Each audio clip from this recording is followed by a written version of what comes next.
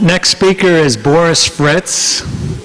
I've known Boris for a few years, and he's with Northrop Grumman. He's a real expert in nanotechnology and also a Sanskrit scholar. It's kind of a strange combination. But he's going to give us a little introduction to the yugas and the character of the higher ages, and use nanotechnology as a possible analogy. Oh, okay, I guess the mic switched over to me. Very honored to be here today with all of you. And unfortunately, I think this is about the time when the sugar high from that delicious cheesecake at lunch is about wearing off, and everybody's just, sort of nodding off. So do your best to try to stay awake. And this is going to be very exciting. This is very exciting for me. And I'm also amazed at the all of you who are here. So some of the people I've talked to, or most of you, are so knowledgeable. I think you should be up here talking instead of me. But anyway, I want to thank Walter for the privilege of being here to speak with you. And I have a lot to cover, and I would like to I need to go very fast, and that's one of the problems. So I'm kind of going to make sure I don't miss anything with my notes, because there's specific things I do want to bring up. So I'll be, back here. I like to usually be more out front. When we start here, one of the things about the great year that we're going to be talking about, it's that most of the ancient civilization, almost all of them, spoke about the precession and the precession cycle and the great year. And one of the things I thought was really interesting is that the Egyptians were very aware of many previous cycles, evidently, of this 24,000, 26,000 year cycle. And what's really interesting is they told Plato there have been and will be again many destructions of mankind. And so you have to begin all over again like children and know nothing of what happened in ancient times. Now, I believe Plato knew that this low time was coming of the Dark Ages, and that's why he made sure he spoke about it. So what we're going to look at, we're going to look briefly at the great year. Some of this has been covered by others already. Then we're going to look at ancient India's keys to understanding how man behaves during these different ages. And these keys are tremendous. They've been preserved, and many of them, most people in India don't even know that these are keys to the yugas, because they've forgotten. And you can take almost anything that's been standardized in ancient Indian texts, and you'll know that you can apply that to the yugas, and it fits perfectly. And then we're going to go in and look at history and apply these ideas to see how closely they fit to history. One more thing that I did want to mention is that I'm going to ask of you to follow the phenomenological method of suspension of belief. There's so much to cover, it's so much depth here, and some of these things will only be fully understood when some of the other speakers clarify it from different aspects. So I want you to suspend belief, not make any judgment until the end of the conference when everything kind of fits in. And also when you have a new idea like this of the great year, in psychology, I think you have to hear something about 15 times before you really understand it. So this is going to be a little bit of a challenge. So we'll see how quickly we get through this. Now, all the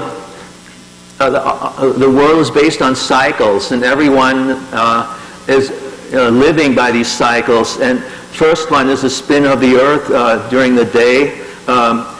The orbit of the moon around the Earth produces a month. The annual orbit of the Earth around the sun produces a year.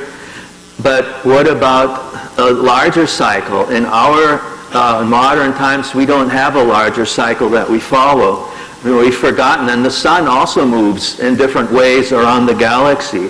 And Walter will get into that after my talk.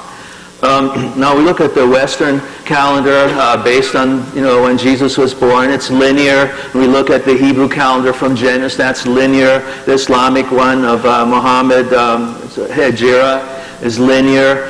The newer Hindu calendar is linear. Only the old Hindu calendar, which was then around 702 BC, was messed up. And I don't have time to get into that. But they were based on that cyclical idea, and they had that whole heritage of the yugas. And in spite of it, during the Dark Age, they lost some of that knowledge. Now, when we look at the actual cycle of the ages, they're like seasons of the year. Let's see. I guess I don't have a pointer. Unless this works. Let's see. Yeah, this works. Okay. So I'm going to show another graph later that I can get more into this in detail. But this is like the seasons of the year based on the precession of the equinox, and we've already introduced the equinox, the precession and all that, so I won't get into it too much. The time could be told of where you are in terms of these, the zodiac signs. And and then of course the slow backward movement of the equinox against the background of the constellation of the zodiac is what precession is. And you have the two days, the equinox in spring and fall. And we go on, and now it was Santillana in Hamlet's Mill who spoke about there being more than 30 ancient civilizations who had the precession myth. They all knew that this was true. So if they know this, don't you think we should listen to them? They must. I mean, it's not just all the ancient civilizations in Europe and Asia, but in the Americas as well. That tells you something. The Mayans, the Hopi, the Vedic Indians, the Egyptians, the Greeks, and some 25 or so others all said the same thing. And they all had the tradition of the four ages, gold, silver, bronze, and iron. So the ancient Greeks believed in vast cycles of time. It was so ingrained in them, and they were unhappy that the golden age was over and that the dark ages were coming.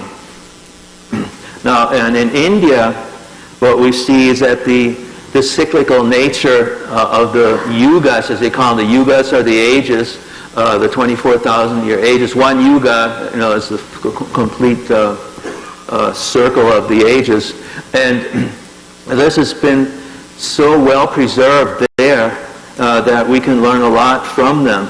And so, like beginning with the Manava Dharma Shastra, the laws of Manu, that's back in one of the earliest texts of Hinduism, and in there it goes into a great detail about the yugas. And now, let's look at the yugas specifically here, the cycle. And this is very interesting because really you want to divide this up in half, that this division here, I should probably move out here a little bit to show you better.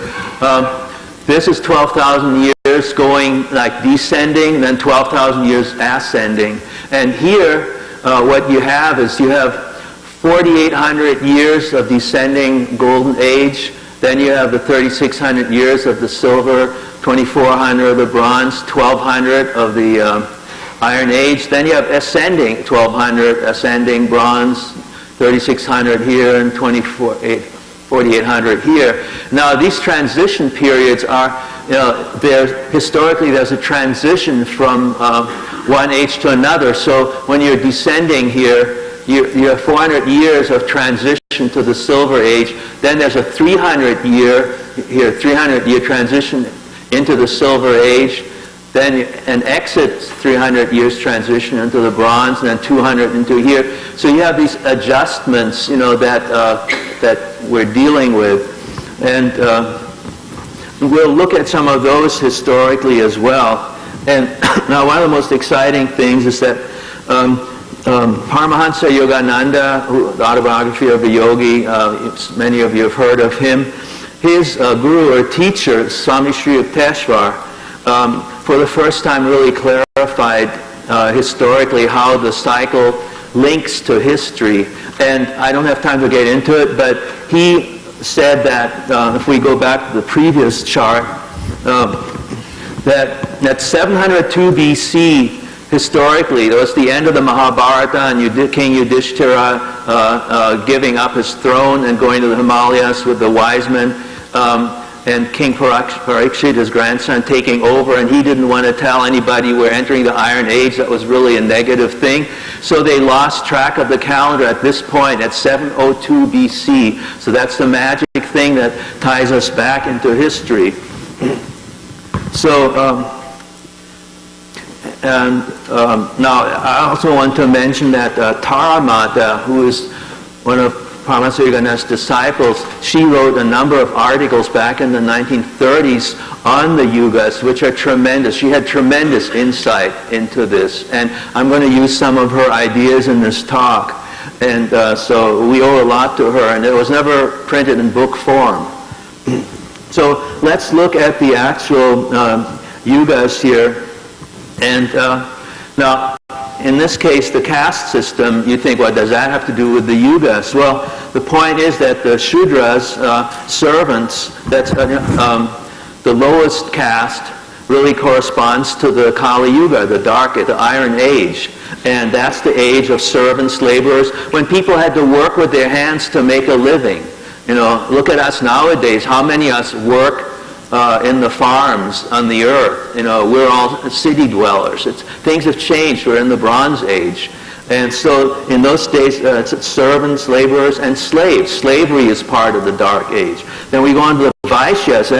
That's the Bronze Age. And in the Bronze Age, people, there's a focus is on merchants, agriculture, a focus on corporations. Like nowadays, you know, corporations are really in control of things. You know, if you think the government's in control, you know, look at all the control of oil and all this sort of thing. You know, so then you go on to the Silver Age, and that's the main focus there is warriors, rulers, and you have to understand a spiritual warrior, someone who wants to overcome his lower nature. He fights that inner battle. That's also symbolized in the Bhagavad Gita in the Indian scripture.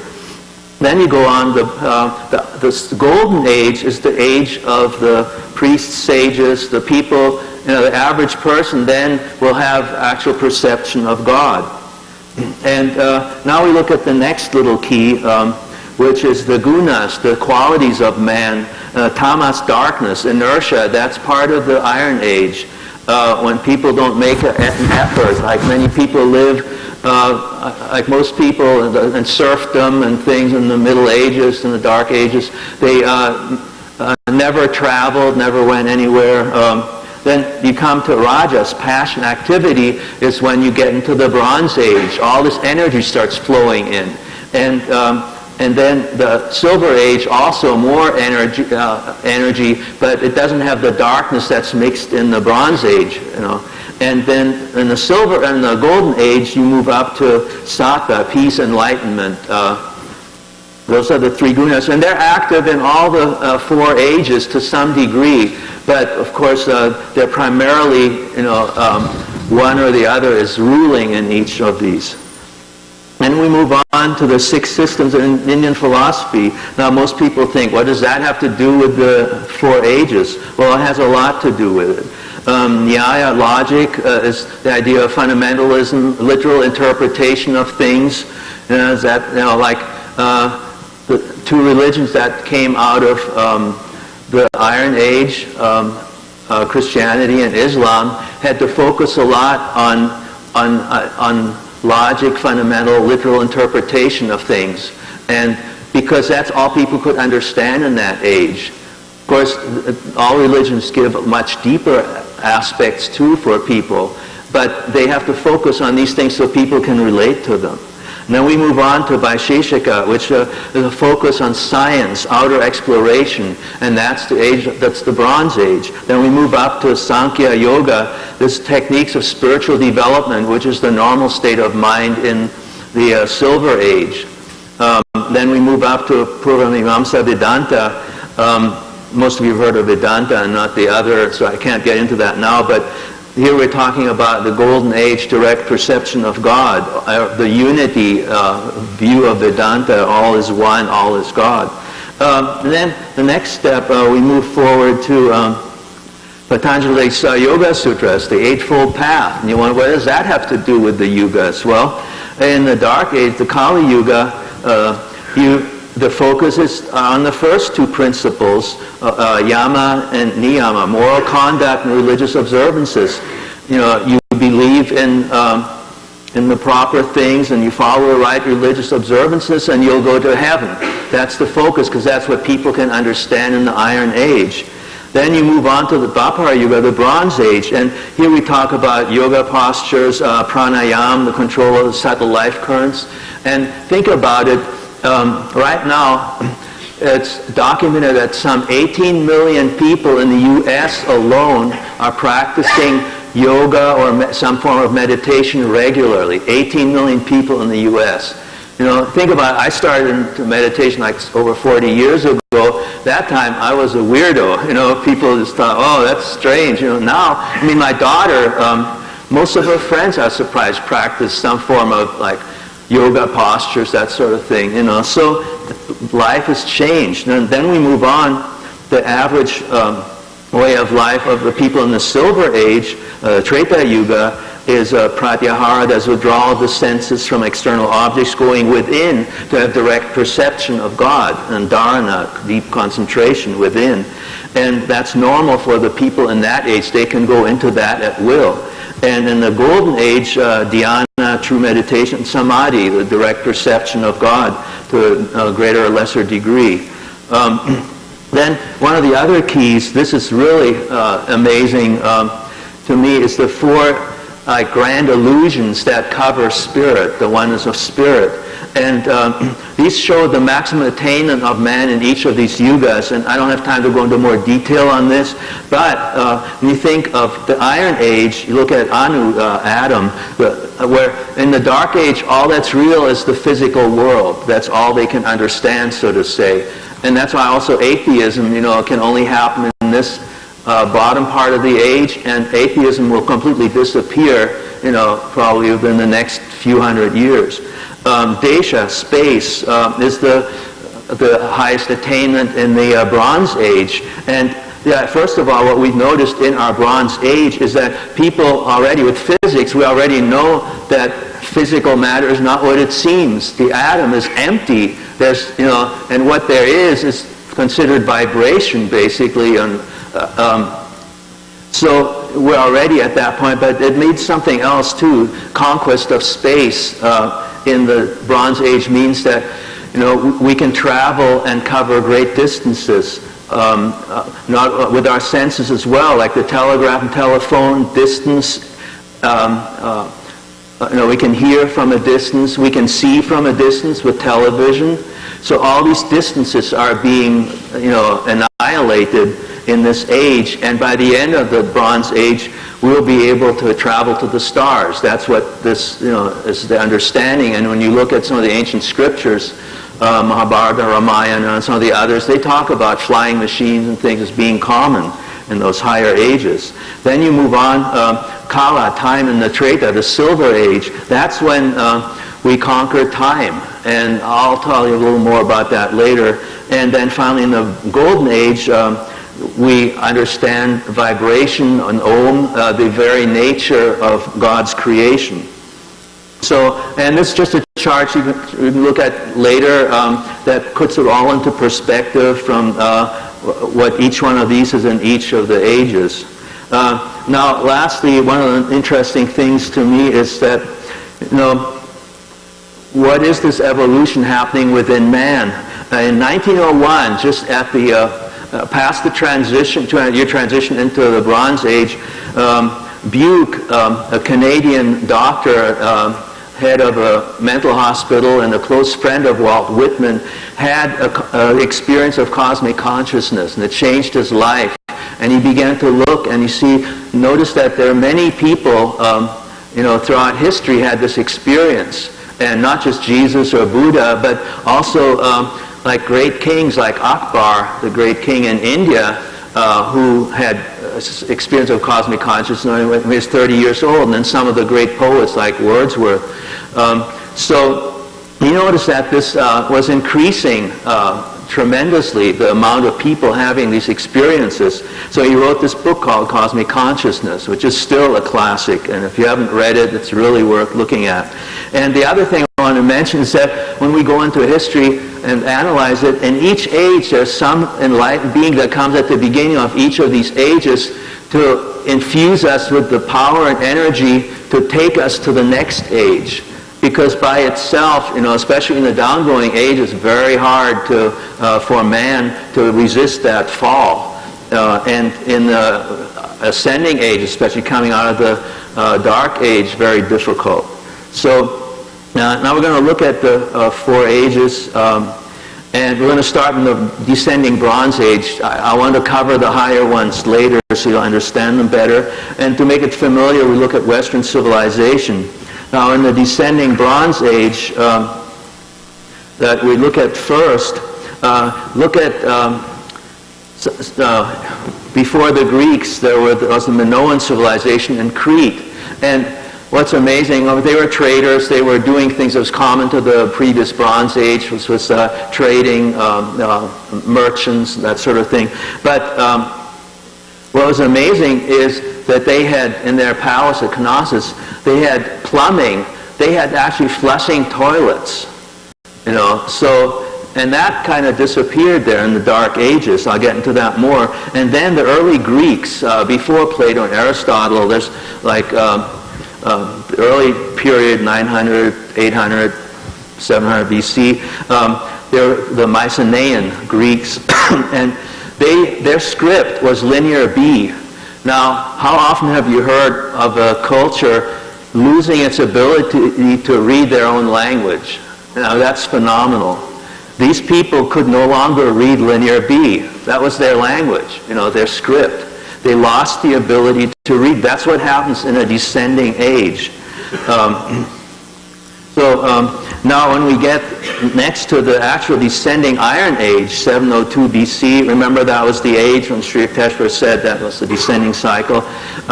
What happens then, like Plato and Aristotle came along, and they had to give man something that could get them through this descending downward cycle. And so what could he give them that they could understand? Because now remember, in the Bronze Age, people meditated. That was still common, just like it's getting common now in our Bronze Age with parallels. So Parmenides, if you read, there's a book by Peter Kingsley that I highly recommend called In the Dark Places of Wisdom. And in there he talks about how these people would go on retreat and meditate in caves for days at a time. And this was common in those days. Parmenides was one of these deep philosophers like that. So was Pythagoras. But the times were changing, and Plato, I think, was a very special person. Now Kingsley thinks Plato as a bad guy because he kind of changed things. He talks about killing Parmenides. Fratricide was the terrible thing you could do in Greece, but he's talking about killing Parmenides because he felt he had the vision of what's going to happen in this next 1,200 years of downgoing cycle, and so he had to give man something they could live by, they could understand. They couldn't understand these deeper processes. So what did he give them? He gave them logic. Remember in Nyaya, logic is the common thing in the Dark Age. And so he gave them the syllogism, like, all men are mortal,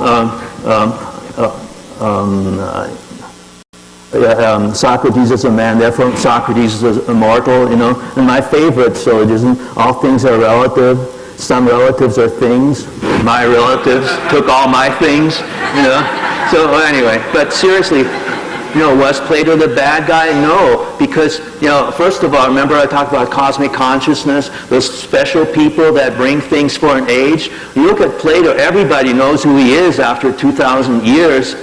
He had such incredible influence on the world.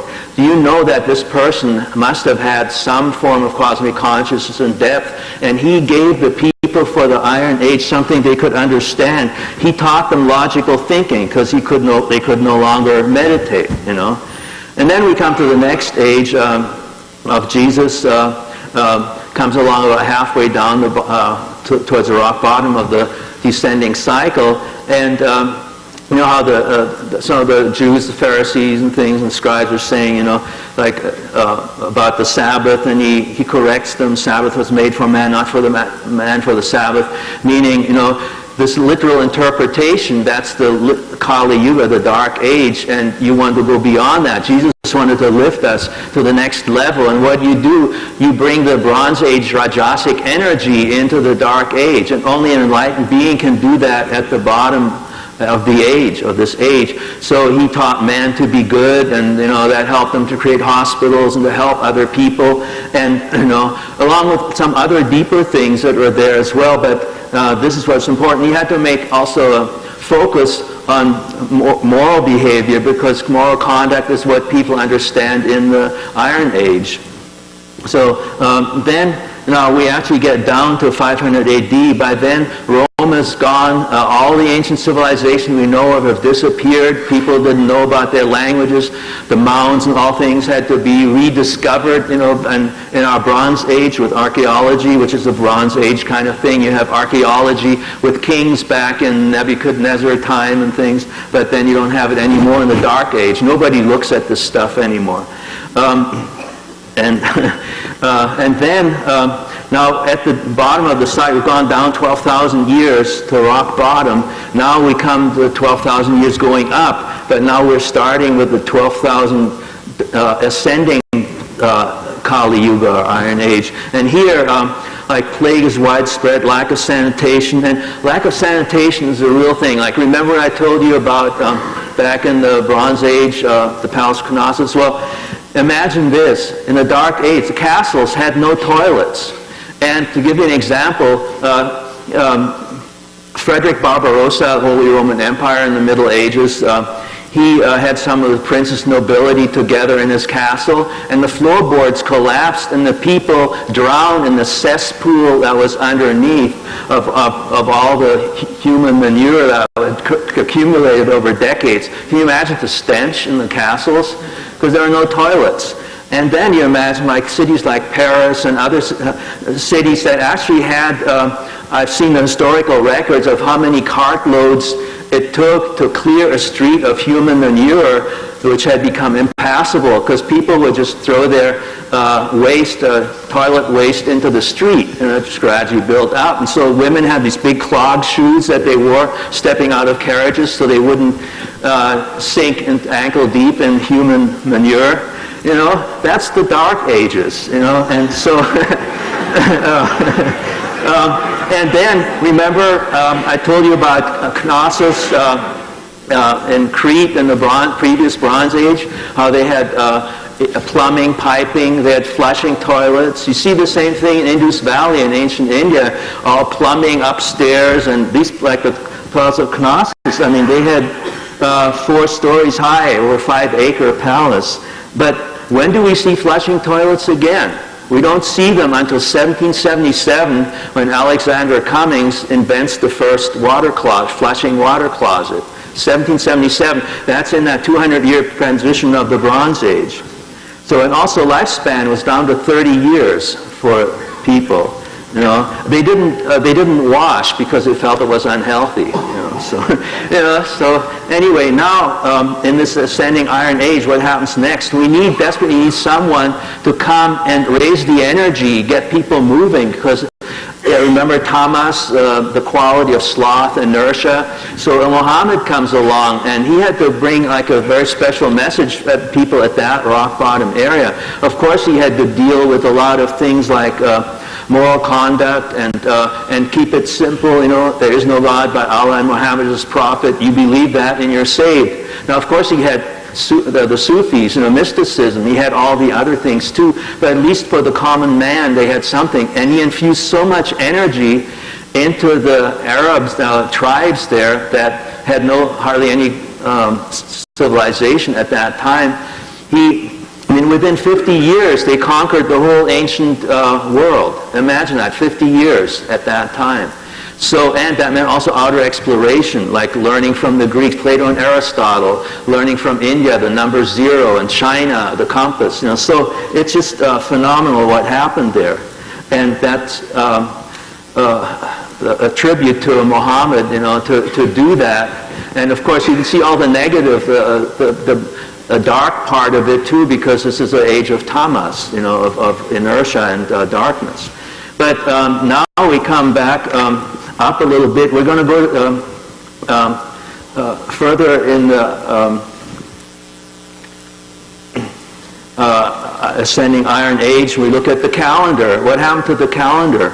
It was so bad they lost the touch with precession, and so the Easter kept getting later and later into the summer. Something was wrong. They could have just gone to Stonehenge and aligned that, and they would have known.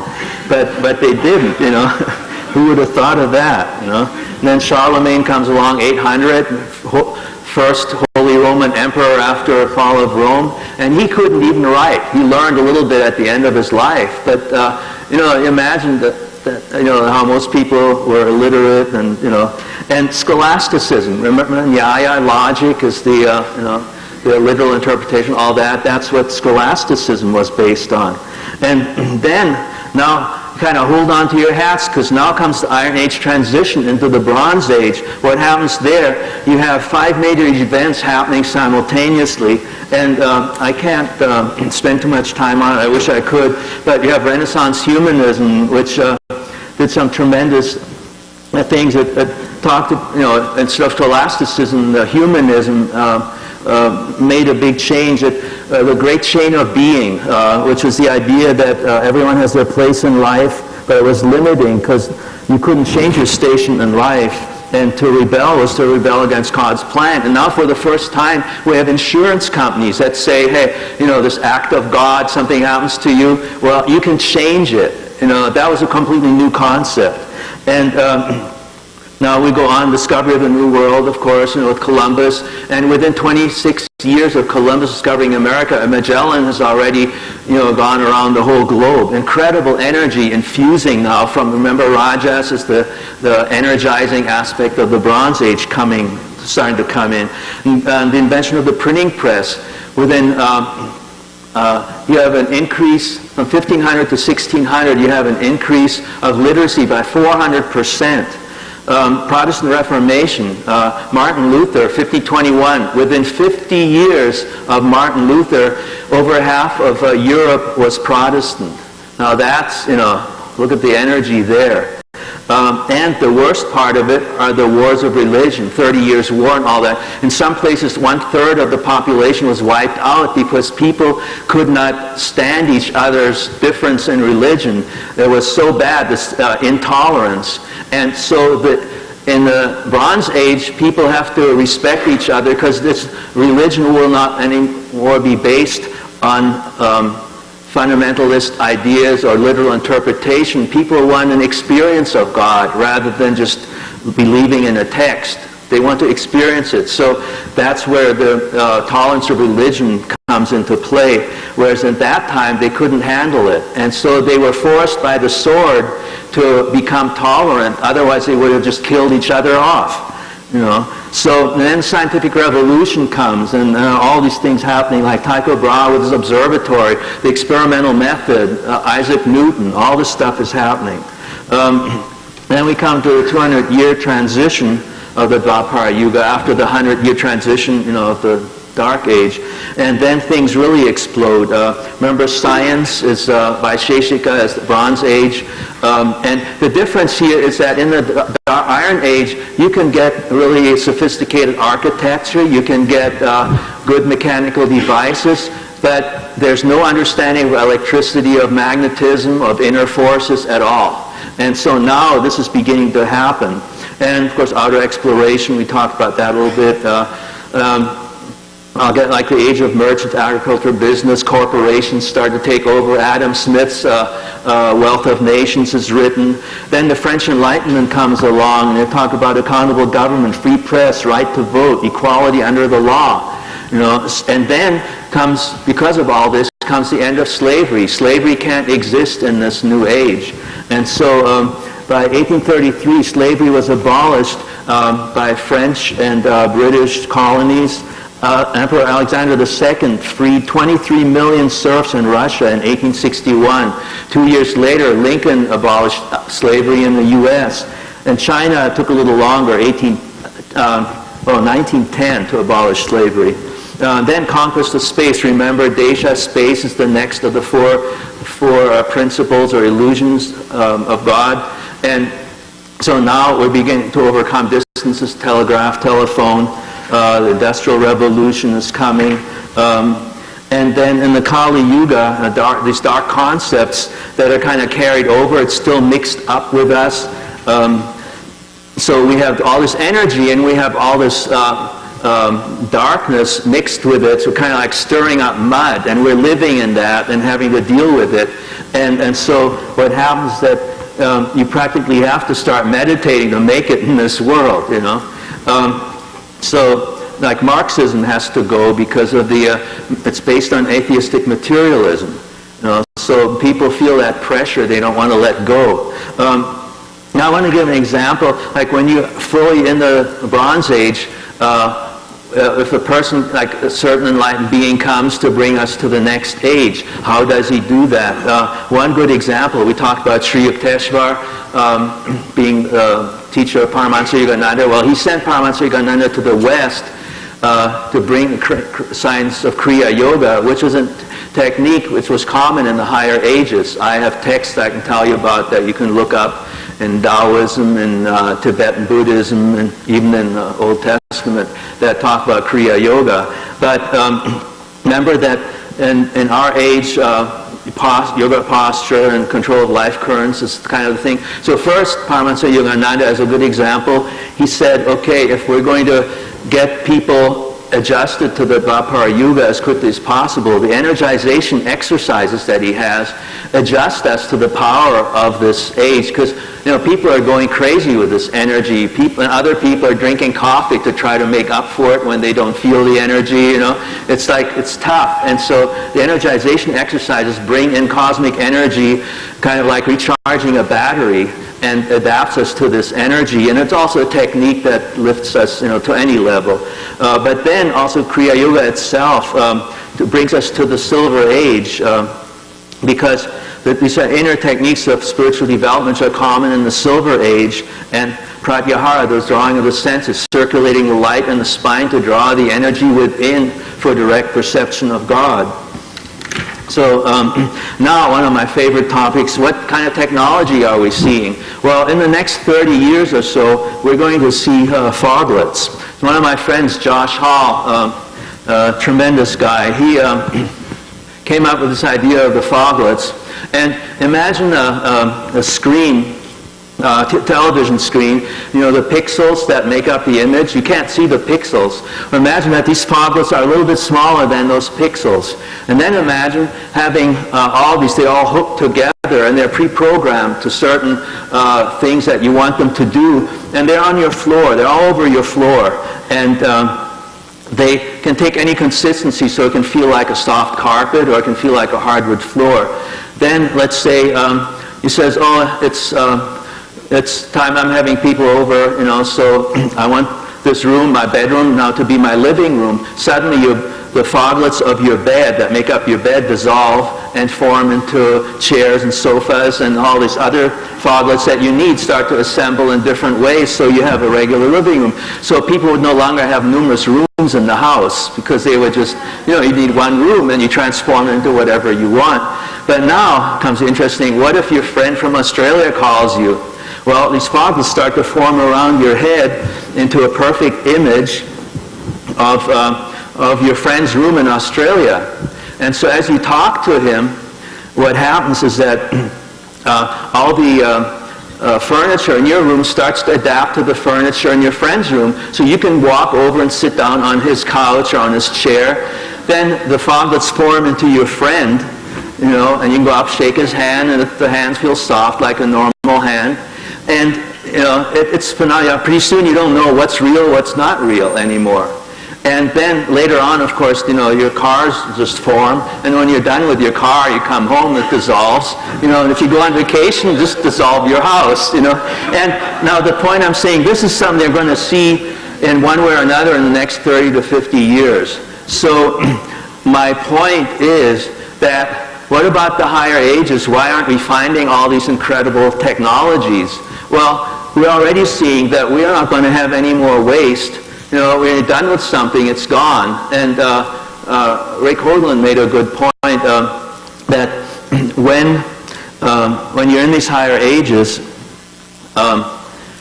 people will still want beautiful aesthetic things. So, you know, thank God they left us the pyramids, you know. So anyway, that's a little bit about nanotechnology. That's really the stuff I talk about most of the time. And I don't have time to get into this. Make sure you read Singularity is Near, When Humans Transcend Biology. I think that this is very related to the 2012 Mayan date of all this convergence happening that's going to change us completely. Now, in the ascending silver age, what's going to happen is really interesting. Okay, time's getting closer. Now, remember, like you've heard of the RAND Corporation, you know, in our age, well, people, think tanks, you know, what's going to be like the equivalent in the silver age is people are going to be sitting there and you know, meditating and uncovering the powers of the soul. New powers that kind of start taking the place of technology. You know, in the beginning, like the higher drop power and the lower silver age, people are going to be having things that interrelate the powers of the soul with the power of technology, and like the kind of entertainment that we see then will be quite different from what we're used to now. It'll seem boring to us because right now, you know, our plots are usually murder, violence, and that sort of thing. And you won't see that in the ascending silver age. And I just want to mention in this, I'll mention a little more about telepathy, which is coming in the ascending silver age. Now, in the ascending golden age, like the Yuga keys of direct perception of God, peace, most people being very saintly and having that deeper experience. Now, what happens to these people when, you know, I remember some enlightened beings going to come to take them to the next age? What are they going to do? Well, at that time, everybody is so happy in being in this bliss of God, which is really the heart chakra, the astral samadhi at this point. And this, the four ages are the four bottom lower chakras. If you want to not go back down and be reincarnated, according to Hindu ideas, into the next age and start going down, you better start making an effort. So the saints of that age will teach you ways to go deeper and to have the final state like nirvikalpa samadhi, from which there is no falling. And when you get to the descending golden age. Now we're going to go back in time to, you know, like 11,000 years ago down to 6,700 BC, and I'm unfortunately, I've got a little time left. What happens here is kind of interesting. I'm kind of reassessing all this. I'm hoping that maybe next year I can tell you more about some of this, because I think the way we interpret Atlantis is really reading too much of our own ideas into it. When we realize what kind of advancement we see in technology now already in the Bronze Age, it's going to be phenomenal what we're going to see there. And the Rig Veda is supposed to be from the Golden Age, and in the hymn 164 it speaks about the four ways of interpreting the Vedas. Only the first way is understandable by those without wisdom. That would be, I believe, the Kali Yuga, Dark Age. Our scholars were taking all this stuff literally, of the cows and agriculture and, you know, that they were looking at in the Vedas that you read all last century. But things are changing. The new interpretations of the Vedas are already quite different. We're reading much deeper. Even the scholars are starting to read deeper things into it. And that means we're getting to that second level. But what this really was, what it really meant, we don't have a clue. It's so deep when you realize what's going on. And now the exciting thing is, let's talk about the descending Silver Age of 700 BC to 3100 BC. This is the age of descent into language. Have you ever wondered why language started perfectly and then decayed? All the scholars, all linguists will tell you that. Like the Vedas, I studied the ancient Vedic, translated some of the hymns and things. And then you go to Sanskrit, it's a decay of language. Same with going from Homeric to Attic Greeks, there's a decay. And when you go back to the beginnings, why is it so perfect? Well, think about it. If you were going with the usual linear history, you'd think like the Stone Age people start to kind of make up words and gradually, improve their language until it gets to be really good. Well, that never happened. In reality, we think of a descending Silver Age, just the age when people still communicated directly with each other through telepathy, and then they had to realize, oh, we're losing the ability, we better, figure out some kind of a language to make it work. And so then you become, because before people communicate directly in a higher state of being where they understand things beyond the mind.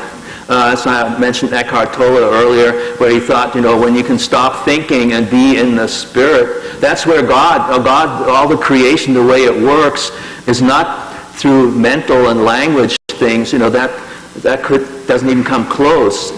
I had one supernatural experience years ago where a woman came to me and told me she was from the higher ages, and there was no language involved, but they said that I would now get an understanding of how the universe was made, and suddenly this whole meaning of the universe was revealed like in an instant like that, and I understood why God created the world. It was phenomenal. And then I came out of it, and then later, and I'm thinking, hey, I lost it. It's gone. And I realized, well, now I'm back in my mind. Now I'm below the trait of the Silver Age. I'm now at the point where I can no longer comprehend this because it's way beyond language. And so one other example is years ago, Shibayama Roshi, a Zen master from India, was speaking here in Los Angeles, and I attended his lecture, and when he would answer people's questions, and then he would answer in Japanese. I don't know a word of Japanese, and then a woman would translate for him into English. Well, I asked him a question. He answered me, looking me straight in the eye, and he completely transmitted his answer to me, and I understood it perfectly without understanding a word of Japanese. So he did it in a non-lingual way, beyond language, transmitted truth to me, because he was a deep, a highly enlightened being who was probably, as a person, living in the silver or golden age, or wherever, in a higher age. And so he was able to transmit directly to me. Then when the translator started with the translation, I said, I don't need this. He already answered me. So that's just a little bit example of what this is, these ages are going to be like. And again, just to make it clear, this is where we are. We got a long way to go.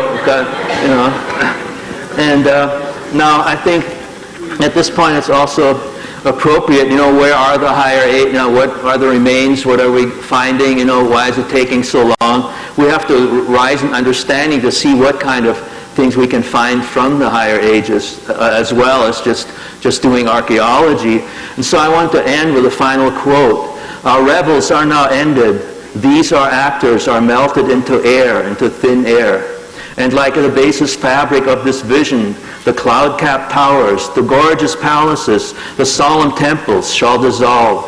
And like this insubstantial pageant faded, leave not a rack behind. We are the stuff as dreams are made on, and our little lives are rounded and asleep. Thank you very much.